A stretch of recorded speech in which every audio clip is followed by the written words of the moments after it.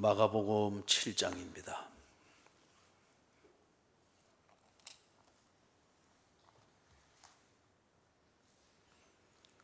마가복음 7장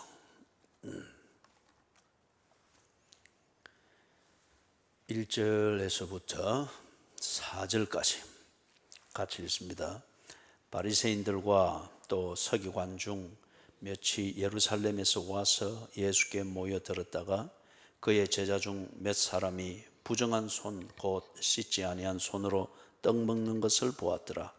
바리새인들과 모든 유대인들은 장로들의 전통을 지켜 손을 잘 씻지 않고서는 음식을 먹지 아니하며 또 시장에서 돌아와서도 물을 뿌리지 않고서는 먹지 아니하며 그 외에도 여러 가지를 지켜 오는 것이 있으니 잔과 주발과 놋그릇을 씻음이러라.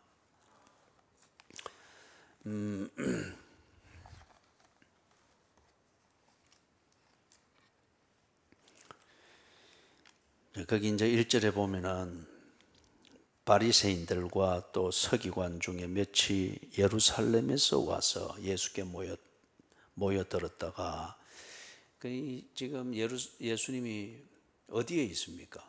예루살렘에 있습니까? 갈릴리 지역에 있습니까? 그죠? 그렇기 때문에 게네사렛도 갈릴리 호수 주변에 있는 그쪽 동남쪽에 있는 그쪽 지역이죠. 그래서 갈릴리 지역에 있습니다. 그런데 이제 이 예루살렘에서 바리새인들과 서기관들 몇 명이 왔단 말이에요. 그런데 갈릴리 지역에 바리새인들이 없었느냐 하면 그게 아니에요.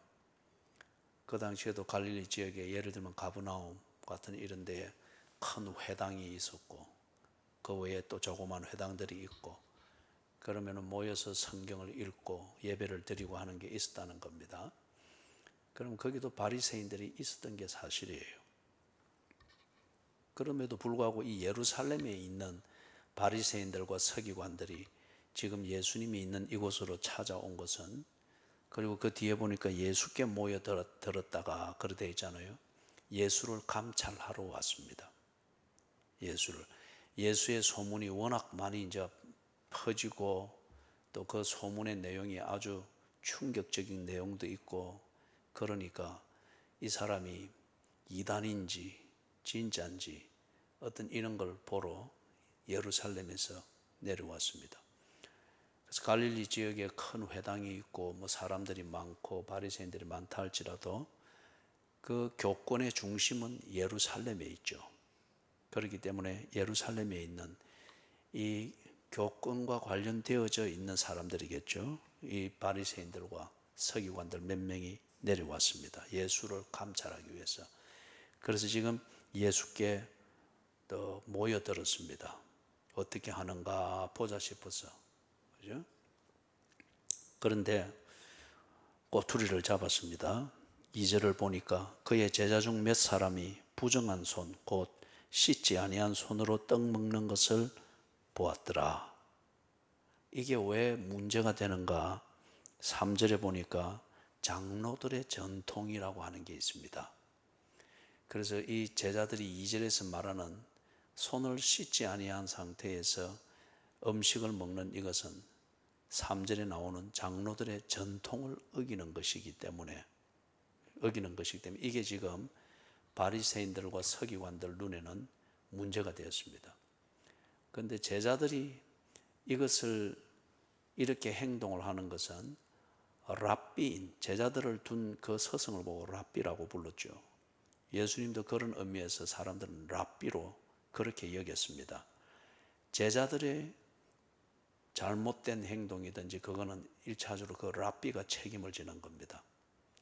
제대로 가르치지 아니했거나 잘못 가르쳤거나 방치했기 때문이거나, 그래서 랍비가 그것을 책임을 집니다. 그래서 제자들이 당연히 이 바리새인들과 서기관들의 생각으로는 이 제자들이 당연히 이 장로들의 전통을 알고 그것을 지키는 훈련이 돼 있어야 되는데 이런 기본적이고 중요한 것을 모르는 것을 보니 저 예수가 잘못된 랍비다, 잘못 가르쳤다, 아니면은 유대교와 상반된 어떤 것을 가르치는 이단이겠다.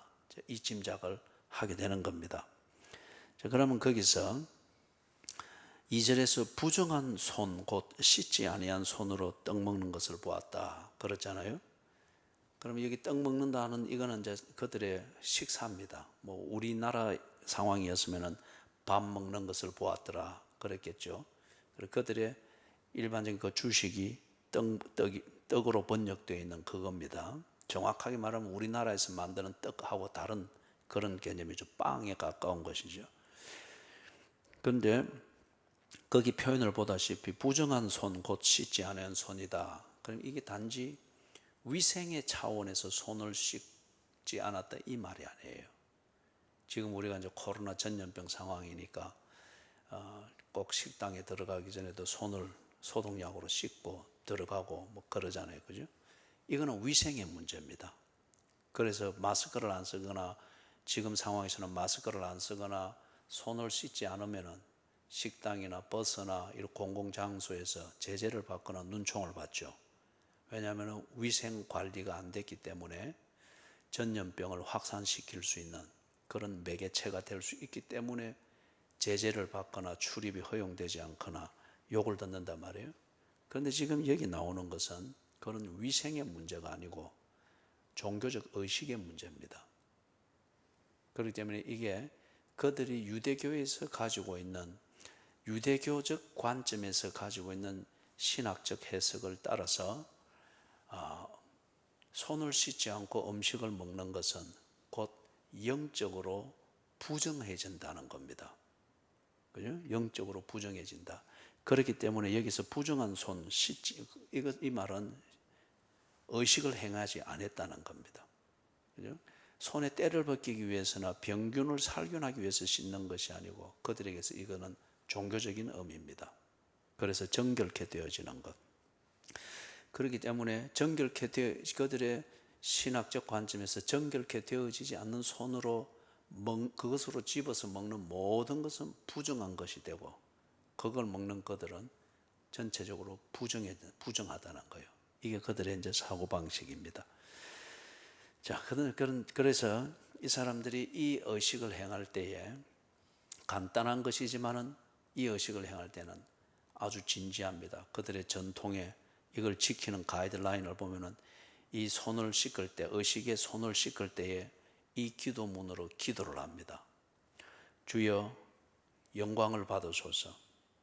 당신은 우주를 다스리는 왕이시며 율법으로 우리를 성결하게 하시고 우리에게 손을 씻을 것을 명령하셨나이다. 이게 손을 씻는 의식을 할 때에 이 기도문으로 기도를 해야 하는 겁니다. 그 때문에 이게 얼마나 그들에게 있어서는 중요한 그 정결 의식인가 하는 것을 짐작을 할 수 있겠죠. 근데 이제 짐작을 하기로는 학자들도 짐작을 하기로는 유대인들이 이런 율법적 해석을 가지고서 이런 전통을 만드는 그런 그들이 사용한 성경적 근거는 어쩌면은 출애굽기 30장 19절 그리고 40장 12절 여기에는 보면은 제사장들이 성소에 들어갈 때 성막 있죠, 그죠? 출애굽기에서 나오는 그 성소는 성막이니까 성막에서 성소와 지성소가 있는 거기로 들어갈 때 들어가기 전에 제사장들은 손을 씻어야 됩니다. 그리고 발을 씻어야 됩니다. 그게 일종의 정결의식이죠. 이걸 뒤에 이제 후대로 오면서 이걸 보편화시킨 어떤 그런 것으로 봅니다. 그런 것으로 이제 짐작을 그렇게 하는 거예요. 그래서 2절에서 우리가 볼 수 있는 것은 이건 그들에게서도 굉장히 중요한 정결의식이다. 그 다음에 우리가 3절을 볼 때 왜 이게 중요한 정결의식인가? 그게 이제 장로들의 전통으로 이제 이렇게 나오고 있습니다. 이 장로들의 전통을 오늘 우리가 읽은 본문에서는 세 가지로 구체적인 예를 들어서 우리한테 소개를 하죠. 3절 마지막 부분에 보면 손을 반드시 씻고 음식을 먹어야 된다. 그 다음에 두 번째 예는 시장에서 돌아오면은 물을 뿌린 후에 음식을 먹어야 된다. 그러지 않고는 음식을 먹어서는 안 되는 게 전통입니다. 그 외에도 여러 가지가 있다고 하는데 그 중에서 한 가지 또 예를 드는 게 잔과 주발과 녹그릇, 이것을 반드시 씻어서 그 다음에 거기에서 음식을 하든 거기에 담아서 음식을 먹든 그렇게 전통이 되어 있습니다. 굉장히 엄격하죠. 자, 이걸 좀 우리가 좀 살펴봅니다. 장로들의 전통, 이게 어떻게 해서 생기게 됐는지, 그죠? 여기서 보다시피 여러분이 전통이라고 되어 있잖아요, 그죠? 그래서 이 전통은 성경 자체를 말하는 게 아닙니다. 성경에 근거하여서 또는 성경을 해석하여서 그 해석에 따라서 신앙생활을 하는 그런 어떤 보편적인 생활이나 문화가 이렇게 만들어지겠죠. 그런 게 딱 고착이 되고 그걸 중심으로 해서 신앙생활 하는 것을 이래 관리를 해 나갈 때에 그대로 하면은 옳고 그렇게 못하면은 틀린 것으로 짐작하면서 신앙생활의 본질을 살펴보게 만드는 이 도움을 주는 게 뭔가 하면 전통이라고 하는 겁니다. 가정에도 나름대로 전통이 있을 겁니다. 그리고 여러분이 속해 있는 동호회에도 나름대로 전통이 있습니다. 그리고 국가에도 나름대로 전통이 있고요. 그죠? 부산에는 전통적으로 여겨지는 분위기가 서울에 가면은 전혀 그렇지 않은, 즉 그 지역 사회 공동체가 생활하는데 보편적이고 상식을 만드는 어떤 그러한 패턴이 있죠. 그런 게 이제 전통입니다. 그렇지만 여기 장로들의 전통이라는 이것은 성경 자체를 말하는 게 아닙니다. 성경에서 즉 하나님이 모세에게 준 율법 그 자체를 말하는 것이 아니고 그것에 대한 해석입니다. 그것에 대해서 해석을 하는 거예요. 그래서 오늘 우리 새벽에 간음하지 말라, 이 법은 하나님이 모세에게 직접 준 법입니다. 그리고 이거는 성경입니다. 그런데 간음하지 말라 하는 이 법을 지키는 게 어떻게 하는 게 올바르게 지키는가, 그러자면 그에 대한 해석이 있겠죠. 그리고 그 해석을 상황에 따라서 적용을 할 때에 다양할 수가 있겠죠. 그죠? 그럴 때에 이럴 때는 이 법은 이렇게 지켜야 된다. 저럴 때에 이 법은 이렇게 지켜야 된다. 그 법에 대해서 나름대로 해석을 하고 그 해석한 대로 이 법을 상황에 맞게 지키는 그 방식을 이렇게 가르쳐 주겠죠. 그죠? 그래서 그게 딱 고정이 되면 그게 전통이 됩니다. 그게 전통이 된단 말이에요. 그래서 장로들의 전통은 하나님이 모세에게 주신 율법 그 자체가 아니고 그 율법을 해석한 겁니다. 해석을 한 이유는 간음하지 말라 이와 같은 법을 그들의 일상생활에서, 다양한 일상생활에서 제대로 실천하고 지키는 것을 돕기 위해서 만든 해석입니다. 이게 장로들의 전통의 기반이 됩니다. 그러면 처음에는 그런 해석을 해서 이 율법의 의미는 이런 것이니까 네가 이렇게 지켜야 된다, 이렇게 행동해야 된다, 그런 가르침이 말로 가르쳐졌겠죠. 그죠? 말로 가르쳐지고 또 물으러 오면은 그렇게 가르쳐주고, 그리고 그렇게 지켜오던 것이 쌓이니까 그 다음에 이것을 아는 부모들이 우리나라 치면 밥상머리 교육처럼 자녀들에게 그렇게 가르치고, 이걸 보고 뭔가 하면은 구전이라고 합니다. 입구자, 입으로 전달되어지고 가르쳐지는 전통이다. 그렇게 해서 구전, 그렇게 말합니다. 여러분, 교회도 보면은 이런 구전이 있죠. 오래된 교회일수록 이 구전이 아주 단단합니다. 왜냐하면은 이 먼저 믿은 사람들, 오래된 교인들이 교회에 차세대든지 아니면은 새로 오는 사람이든지 또는 뭔가 교회에 좋은 일꾼이 되겠다 싶은 진운의 글이 보이면은 자기가 몸담아 왔던, 그리고 교회 생활했던 몸에 익은 그걸 은연중에 자꾸 주입을 시킵니다. 이럴 때는 이렇고 우리 분위기는 이러니까 이리 하는 것이 이렇고 어떻게, 그죠? 그렇게 주입해. 일종의 그게 그 교회가 가지고 있는 전통이고 그 전통은 글로 기록된 것이 아니고 오래 몸에 익은 사람들의 그 입을 통해서 전달되는 거예요.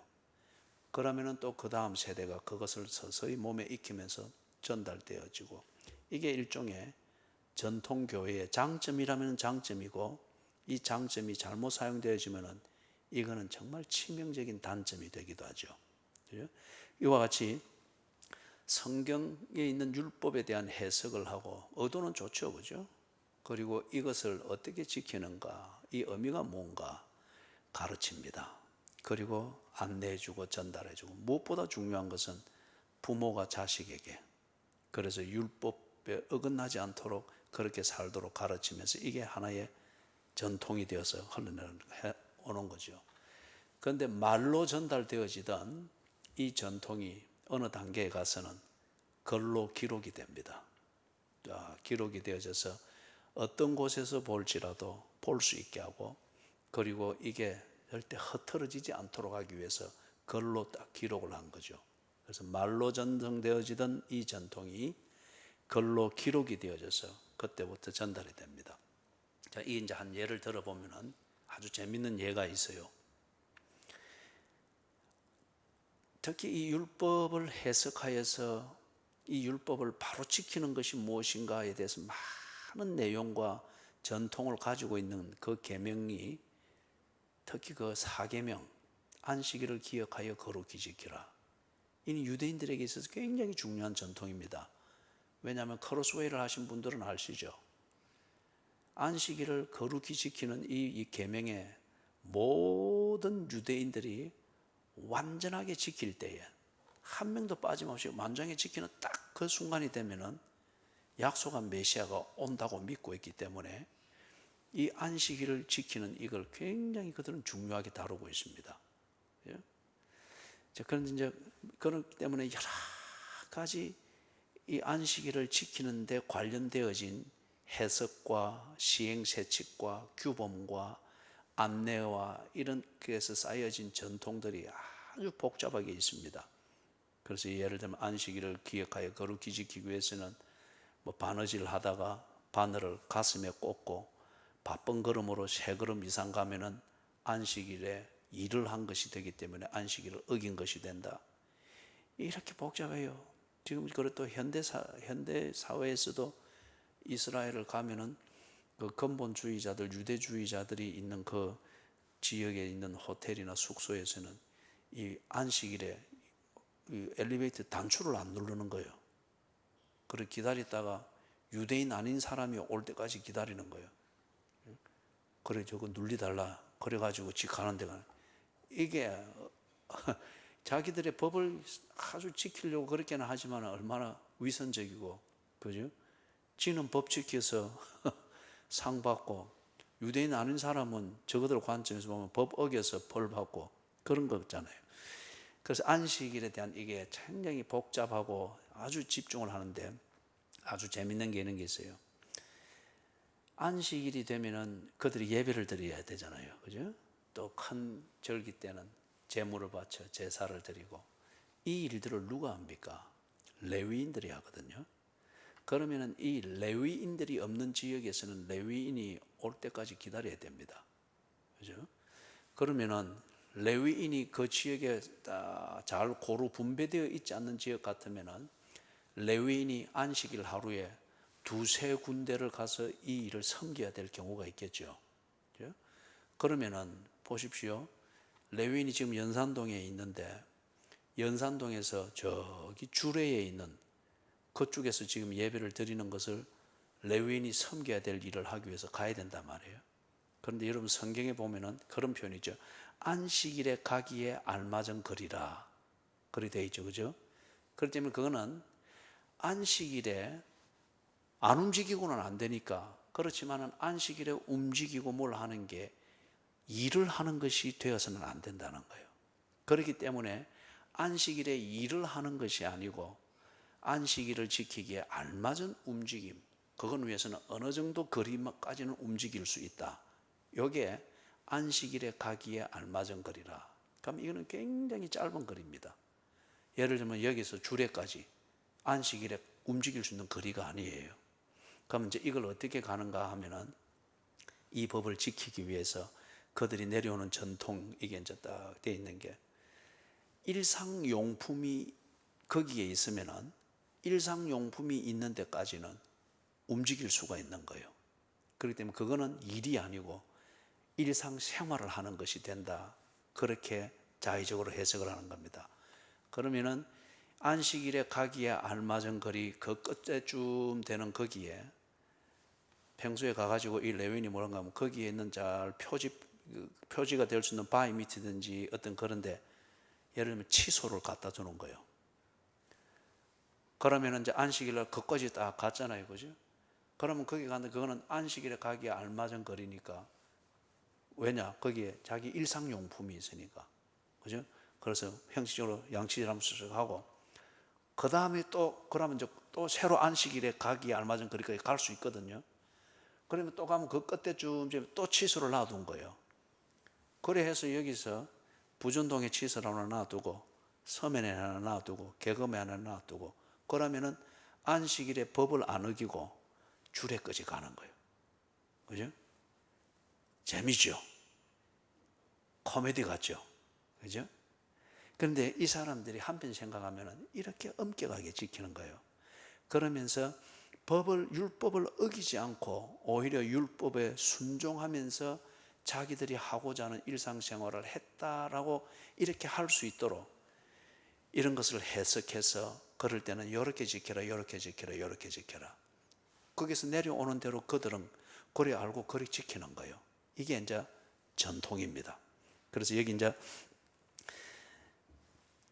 후대로 내려오면서 이 전통들이 어떻게 되겠습니까? 성경에 있는 모세의 율법, 기록되어 있는 율법보다 이걸 더 중시하게 되었습니다. 왜냐? 이대로 하면은 성경의 그 법을 지키는 것이 되기 때문에. 그래서 나는 저 성경의 의미는 뭔지 잘 모르겠다. 그런데 이걸 딱 지킬 수 있도록 길을 가르쳐 준 요 전통들이 자기한테는 더 효과 있고 더 중요하게 여겨지는 거예요. 그러다 보니까 이게 나중에 특히 포로 시대 이후부터 이제 이런 해석과 전통이 만들어지는데, 이게 시간을 점점 내려오면서 이게 전통이 더 소중하게 여겨집니다. 기록된 말씀보다 더 우위에 있고 이걸 더 소중하게 여기는 그런 분위기가 딱 되어진단 말이에요. 그런데 문제는 처음에는 간음하지 말라, 이것이 어떤 의미고 이걸 지키려면 요리하면 되고 요리하면 되고 요리하면, 오늘 새벽에 본 것처럼 그런 정도의 해석으로 충분한데, 자꾸 생활이 복잡해지고 인구가 많아지고 이렇게 되니까 그 단순한 해석만으로 안 되는 거예요. 그러니까 요 해석 자체에 대해서 간통은 어디까지가 간통인가, 그거는 간음으로 봐야 되느냐 간통으로 봐야 되느냐, 여기 자꾸 복잡해지는 거예요. 그러니까 해석한 것을 또 해석하고 그 해석에 대해서 또 해석이 나오고, 이러니까 나중에는 아까 예를 들은 것처럼 바늘을 가슴에 꽂고 바쁜 걸음으로 3걸음 이상 가면은 이리 되고, 또는 거기에 또 뭐 얍삭하게 치솔 놔두고, 그래 안식일에 가기에 알맞은 거리, 이걸 자꾸 이렇게 합법화시키면 이런 해석들이 자꾸 나오는 거예요. 이게 이런 해석들과 이런 것들을 다 모아서 유대인들이 모세의 율법에 합당하게 살도록 삶의 가이드라인, 또는 우리 쉽게 말하면 지침서와 같은 이런 역할을 해서 딱 모아서 준 게 뭔가 탈무드예요. 탈무드. 그래서 이 유대인들은 뭡니까? 그렇기 때문에 모세의 율법을 직접 기록해 놓은 이 성경을 보기보다는 그것을 해석하고 지키는 방식을 만들어서 나중에 딱 기록으로 남겨놓은 그런 탈무드를 더 중요하게 보는 거예요. 그 탈무드 앞에는 미시나라고 하는 게 있고 이제 그리 한데, 그리 되다 보니까 이게 그들이 하나님의 법을 지키면서 유대인답게 하나님의 백성답게 살려면은 모세의 율법대로 살아야 되는데, 모세의 율법대로 사는 것은 어떤 것인가? 우리의 조상들이 대대로 지켜 내려오면서 우리에게 물려준 이 전통을 따라서 사는 것이다. 그게 장로의 전통입니다. 그렇다면 여기서 말하는 장로는 우리 지금 현대 한국의 교회 이런 그 체제에서 장로 이걸 말하는 게 아니고, 그죠? 조금 전에 전통이 형성되는 그걸 말했죠. 성경을 해석하고 그 다음에 그 성경을 지키는가 안 지키는가 이것을 그 뭡니까 규범을 만들고 감독하고, 그게 교회 지도자들이 있겠죠, 그죠?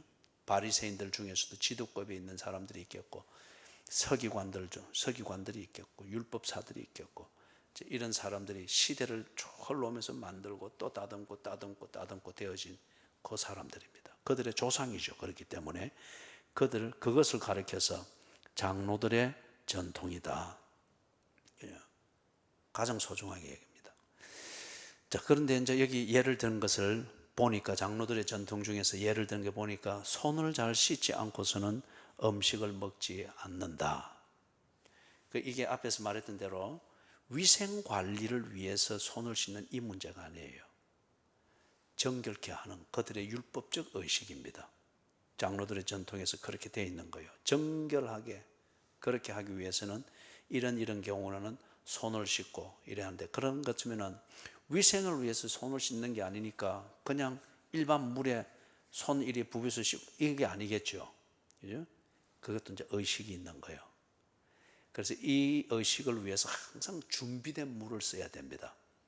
그리고 우리 예수님이 가나 혼인잔치에 갔을 때에 하인들을 시켜서 물을 붓죠. 어디에 물을 담게 했습니까? 돌 항아리였죠, 그죠? 그 돌 항아리는 언제나 이런 물을 보관해 두는 겁니다. 물을. 그래서 들어오는 방문객이 있으면은 거기서 손을 씻고 필요하면 발을 씻고 그렇게 하는 그 정결 의식을 위해서 물을 보관해 두는 그 항아리, 특별히 구분된 돌 항아리에 이 물을 보관해 두는데, 음식을 먹기 전에는 이제 어떻게 하는가? 거기서 물을 딱 뜹니다. 좀 뜨었는데 그 기록된 것에 보면 계란 하나 양 정도 되는 거, 그죠? 계란 하나 아니면 하나 반 정도, 그 정도의 양이 되는 물을 별도로 떠가지고 처음에는 손가락 끝에서부터 팔뚝까지 이렇게 조금씩 뿌리는 거예요. 그런 다음에 손을 부비는 겁니다. 그 다음에 하고 난 다음에는 거꾸로 팔뚝에서부터, 그 남은 물을 가지고 팔뚝에서부터 손가락 끝으로 조금씩 뿌리는 거예요. 그리고 닦습니다. 그게 손을 씻는 정결의식이에요. 손을 씻는 정결의식. 그런데 이 사람들이 이걸 얼마나 소중하게 지키는가 그리 하면은, 어떤 사람은 이 한 번 음식 먹기 전에 그렇게 하는 것으로서 정결 의식을 다 했다고 여기죠. 그리고 그거는 율법에 위배되는 건 아니에요. 그런데 그 안에서도 열심히 특심인 사람이 있을 수 있잖아요, 그죠? 이런 사람들은, 적지 않은 사람들이 어떻게 하는가? 음식이 나오는 게 바뀔 때마다 이걸 씻는 겁니다. 음식이 나오는 게 바뀔 때마다. 그러면 이런 사람들은 코스 요리 먹으면은 나중에 손이 퉁퉁 불어서 나올 수 있겠죠. 그죠?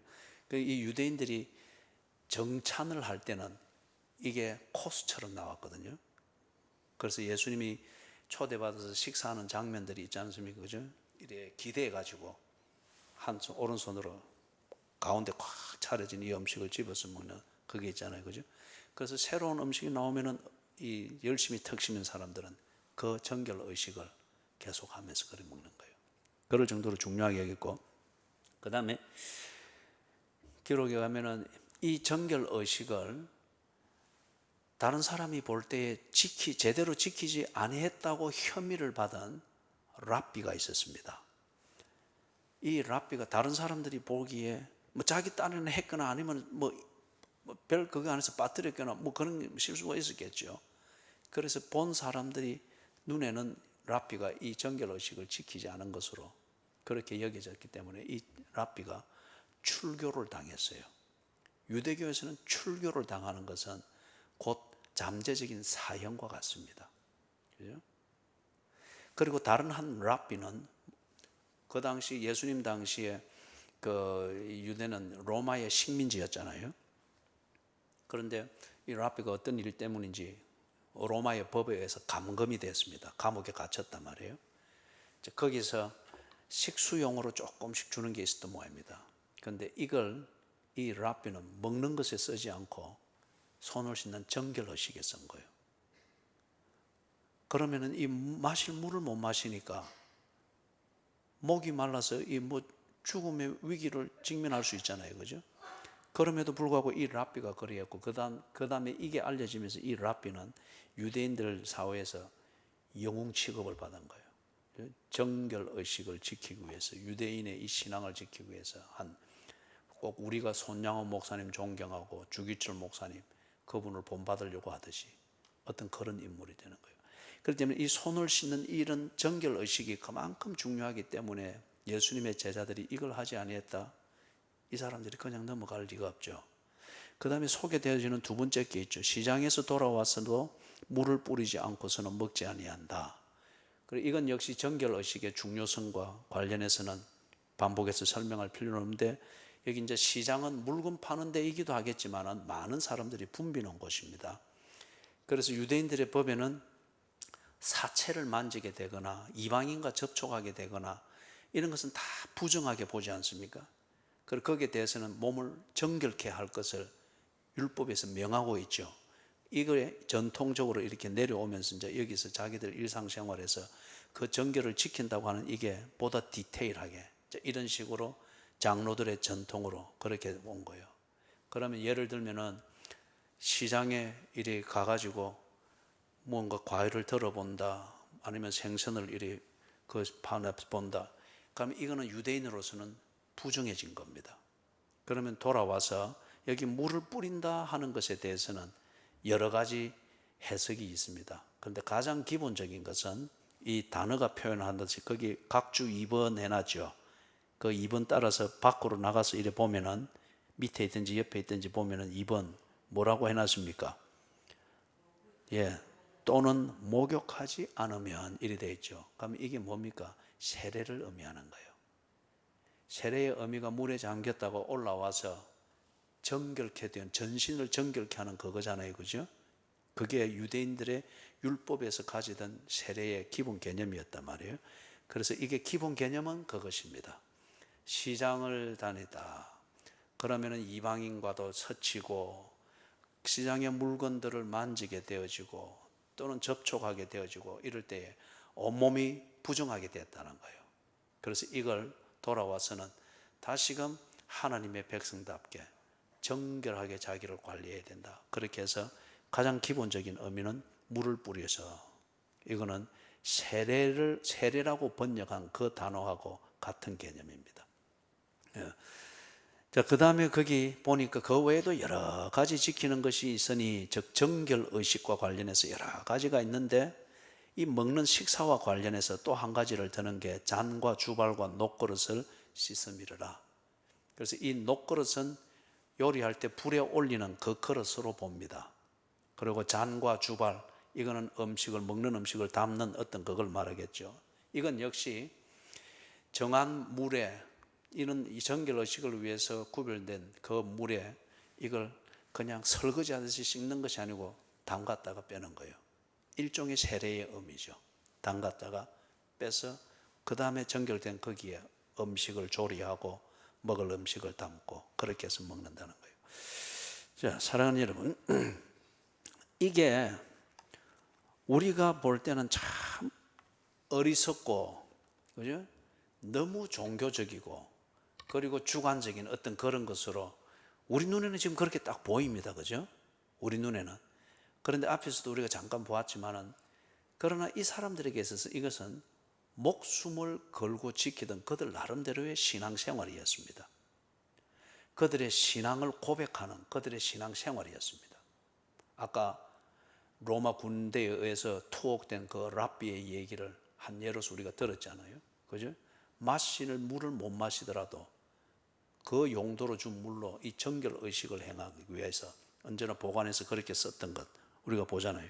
자, 그러면은 이게 왜 그들에게 있어서는 진지하게 행하는 신앙 행위가 되고 그리고 그들의 신앙 고백을 실천하는 그런 행위가 되는가? 꼭 그들의 영성이기도 하죠. 이게 꼭 우리가 지금 말하는 그게 뭔가 하면은 유대주의입니다. 유대주의가 그들의 한 신앙이 되었고, 유대인답고 유대인의 이 정체성과 구별됨, 이걸 지키고 유지하는 것이 그들에게 있어서는 곧 하나님의 말씀을 순종하는 신앙생활이었고 영성이었습니다. 그러면 유대주의는 객관적으로 볼 때는 민족주의입니다. 민족주의. 그죠? 우리나라도 어떻게 보면 이 민족주의가 저변에 쫙 깔려 있죠. 그래서 외국으로 나가보면은 우리나라 사람들이 참 인종차별이 몸에 배어 있어요. 인종차별이. 그죠? 우리가 뭐 다른 백인들한테 인종차별 당한다고 이래 자꾸 하는데, 참 보면은 백인들한테는 굉장히 부드러우려고 하고 의지하려고 하고, 그런데 같은 동종인 황색인종이나 흑인들에 대해서는 굉장히 우리의 몸에 배어 있는 인종차별의 매너가 있습니다. 그죠? 아주 그런 게 있어요. 그렇기 때문에 우리도 이런 민족주의가 몸에 배어 있단 말이에요. 그런데 이 유대인들이 이 민족주의, 유대인이 아니면 하나님의 백성이 아니다. 또 유대인이 아니면 결코 거룩한 사람이 아니다. 그래서 유대인의 혈통과 유대인 방식의 그러한 신앙생활, 이것이 곧 하나님의 뜻이고 하나님의 백성의 증거다. 유대주의입니다. 자, 이게 어떻게 해서 생겼는가 하는 이걸 간단하게 정리하고 오늘 말씀을 마칩니다. 여러분, 하나님께서 모세에게 율법을 줬단 말이에요. 그리고 이 율법을 그들은 정말 중요하게 여겼습니다. 그리고 이 율법대로 사는 것이 신앙생활이라 해서 그렇게 지냈습니다. 그죠? 그런데 중간에 가서 이 율법대로 사는, 다시 말해서 신앙생활하는 표지를 그들이 잃어버렸던 것 같아요. 그 증거 중에 하나가 뭔가 하면은 율법을 언제 다시 발견합니까? 요시야 왕 때예요. 그때가 주전 630년경이거든요. 모세가 이 율법을 받을 때를 그냥 역사적으로 추적해서 말하면은 약 한 주전 1400년경입니다.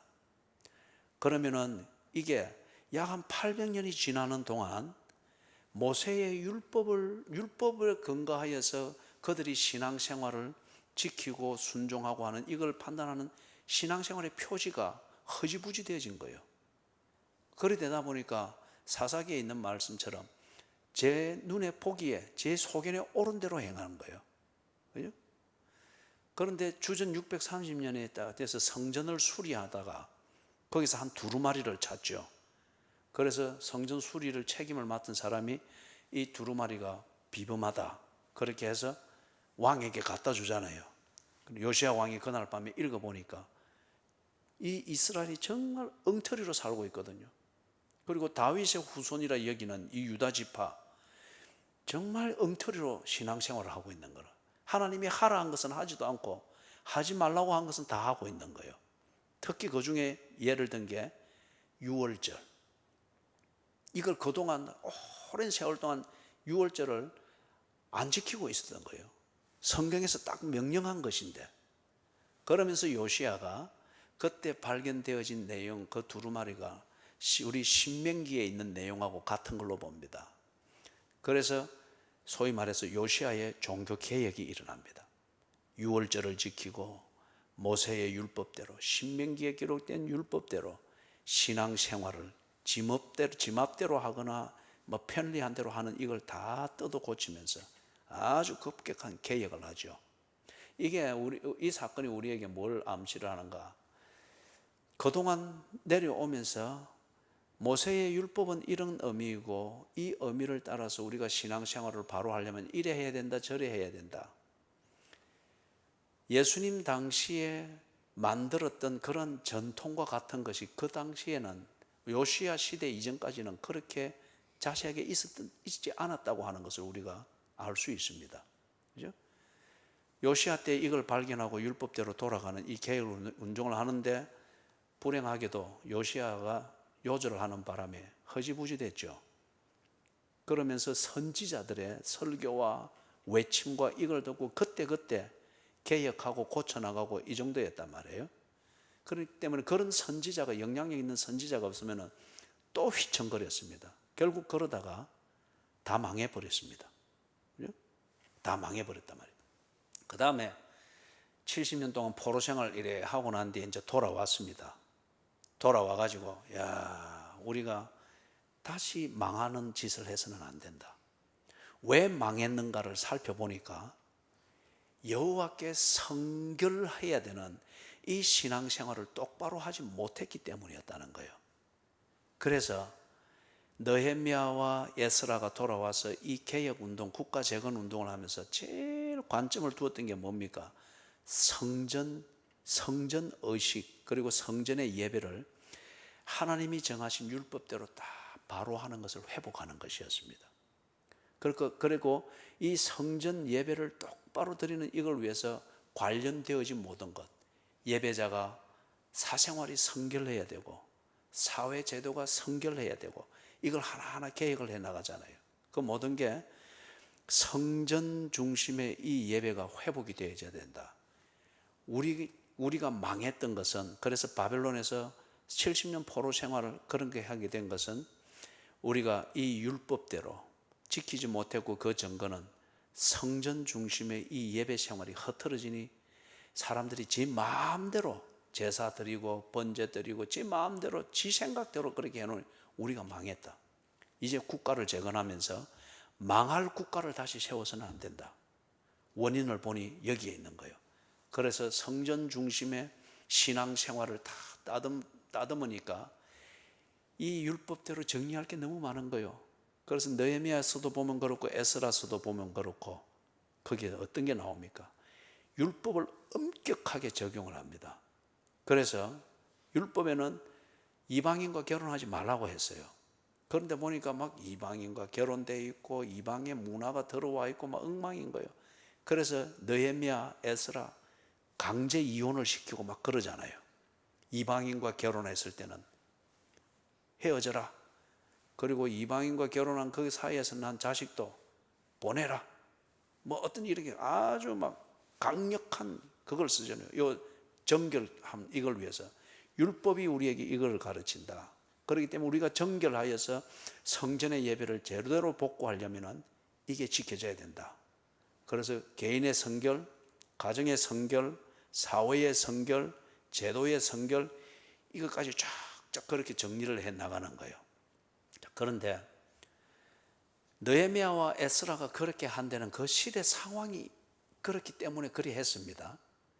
그런데 이걸 그 다음 세대들이 받아나가면서 유대 이 포로 생활에서 돌아온 이 유대 민족이 다시금 망하지 않기 위해서는 우리의 선조들 에스라와 느헤미야 같은 선구자가 보여주었던 하나님의 말씀으로 돌아가는 것, 이걸 해야 된다. 그 말은 맞죠.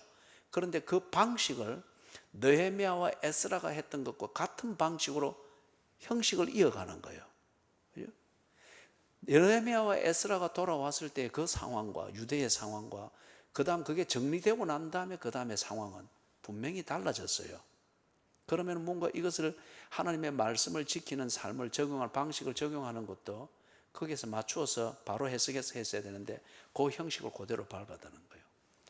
유대인의 혈통을 지키고 유대인의 신앙생활하는 방식을 지키고 그리고 유대인의 안전을 지키는 이것을 위해서는 우리의 선조들이 했던 느헤미야와 에스라가 했던 대로 해야 된다.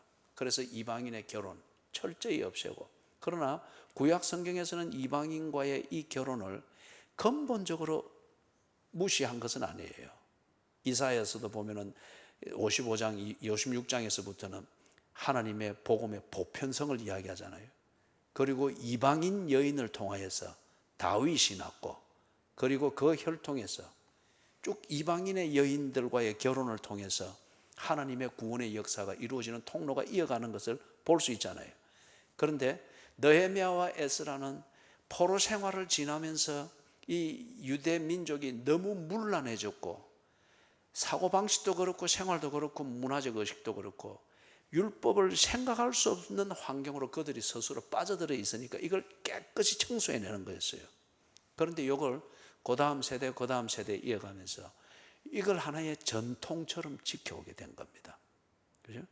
그러면서 명분은 아주 거룩하죠. 하나님의 백성으로서 성결하기 위해서다. 하나님의 백성은 누구인가? 유대인의 혈통이어야 된다. 그리고 유대인 방식으로 하는 신앙생활을 하는 자가 유대인이다. 할례를 받는 것, 성전에서 그 절기를 지키는 것, 율법은 가르쳐지는 전통대로 지키는 것, 이런 게 이제 일종의 유대인 방식으로 신앙생활하는 하나의 표식이 되는 거예요. 그죠? 이게 이제 이렇게 내려오다가 이렇게 보니까 앞에서 이제 이야기했던 대로 해석이 더욱더 복잡해집니다. 자꾸 공동체는 커지고 이스라엘 역사에서 보는 것처럼 이때에 계속 침략당하고 강제 이주당하고 혼혈되어지고 막 이런 게 있잖아요. 또 출세하고 살아남으려고 하면은 헬라의 권위에 붙어가지고 헬라 문화에서 그렇게 뭐 배우고 이래 해야 되고 자꾸 이래 되니까 랍비들의 해석이 갈수록 복잡해지는 거예요. 그죠? 그때는 이랬는데 그렇게 되다 보니까 이 장로의 전통이라고 하는 이게 예수님 당시 쯤 와서는 너무 복잡한 겁니다.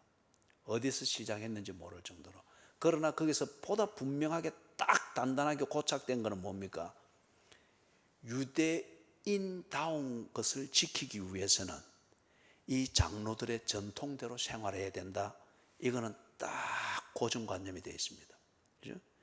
그들은 유대인다워야 되고 유대인의 혈통을 지키고 유대인 방식으로 신앙생활하는 전통을 지키는 것, 이게 그들이 하나님의 백성으로서 하나님을 순종하는 것이라 말하지만은 정작 그 근거는 뭡니까? 유대인만이 하나님의 백성이다. 유대인 방식으로 하는 것만이 하나님을 기쁘게 하는 신앙생활이다. 이거잖아요. 이걸 보고 우리가 뭐라고 부르는가 하면은 유대주의라고 합니다. 유대인만이 하나님 백성 된다 하는 요 의식이죠. 유대주의. 이거는 종교의 이름을 붙였을 뿐이지 결국은 뭡니까? 민족주의예요. 그래서 유대인 아닌 모든 것은 부정하고 죄인이다라고 해서 사마리아인도 개처럼 취급을 했잖아요. 그죠? 유대주의, 민족주의입니다. 이것을 그들이 신앙의 이름으로 합리화하면서 장로의 전통으로 이걸 아주 그렇게 신비하게 보이도록 합리화하는 이걸 보고 뭐라고 하는가 하면은 유대교라고 합니다.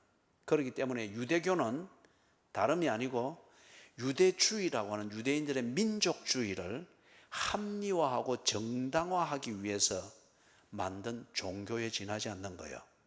그래서 이 자기들의 민족주의를 하나님의 이름으로 정당화하기 위하여서 그들은 모세의 율법을 이용을 한 겁니다.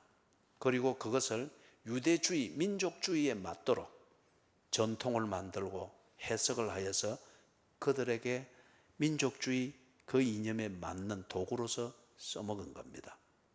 그게 지금 이제 이렇게 내려와 가지고 예수님 당시에 이래 보니 예수님이 참 볼 때에 이 그들의 유대주의 그리고 이걸 합리화하는 그들의 종교 유대교, 이것 때문에 유대인들의 절대 다수가 예수를 통해서 임한 하나님 나라를 보지를 못하고 예수가 하나님만이 할 수 있는 일을 보여주어도 그들의 유대주의라고 하는 이 민족주의, 이 틀을 깨지를 못하니까 예수님이 보여주는 하나님 나라, 유대주의 나라와 다른 하나님 나라, 이것을 그들이 보지를 못하는 거예요. 이유는 그들의 전통과 다르기 때문에. 유대인이 섬기는 전통과 다른 것은 다 틀렸다고 믿는 이 고정관념이 있으니까 하나님 나라를 보여주고 그리고 하나님 나라로 들어오도록 그들에게 복음을 전해주는 예수를 반민족주의자, 그들의 유대교의 입장에서는 이단자, 그렇게 해서 예수를 계속 지금 몰아붙이고 있는 겁니다. 자, 사랑하는 여러분, 다음 주 수요일에는 5절 이하에서 이게 어떻게 예수님의 전하고자 하는 그 복음을 가로막게 되는가, 그걸 보게 될 것입니다. 그러면서 한편 우리가 생각할 때 전통은 소중합니다.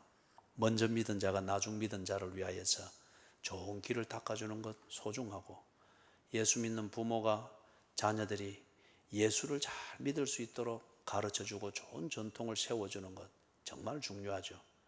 그러나 한편 전통, 그것이 우리에게 만들어주는 치명적인 장애물, 고정관념, 그것만이 하나님의 말씀이다라고 이렇게 스스로 오도되어지는 이 위험에 대해서는 언제나 경계심을 가져야 됩니다. 그래서 말씀 앞에서 내가 지금 자녀를 간섭하고 있고 내가 교회에서 누군가를 가르치고 양육하고 있는 그게 말씀에 근거한 것인지, 아니면은 그것에 근거해서 내 방식대로 생활하면서 내게 익은 것을 물려주려고 하는 것인지, 이거는 정말 천장치 차이거든요. 이걸 언제나 점검하면서 말씀 앞에서 자기를 돌아보는 그러한 양육과 자녀 양육, 이걸 가르쳐 우리는 개혁이라고 합니다. 개혁. 말씀에 비추어서 나의 모든 것을 변화시킬 그런 열려있는 마음, 열려있는 자세, 말씀 앞에 조명받고자 하는 것, 이걸 가르쳐 우리는 개혁이라고 하고, 이걸 신앙생활의 표지로 삼는 걸 보고 개혁주의, 그렇게 말을 하는 겁니다. 유대주의가 안 됩니다. 전통주의도 아니에요. 율법주의도 아니에요. 우리가 세워가야 될 전통은 개혁주의입니다. 하나님의 말씀 앞에 늘 나를 살피고 그 앞에 고칠 것이 있으면 고치고 보탤 것이 있으면 보태는, 그게 순종입니다. 자, 우리 찬송하십시다.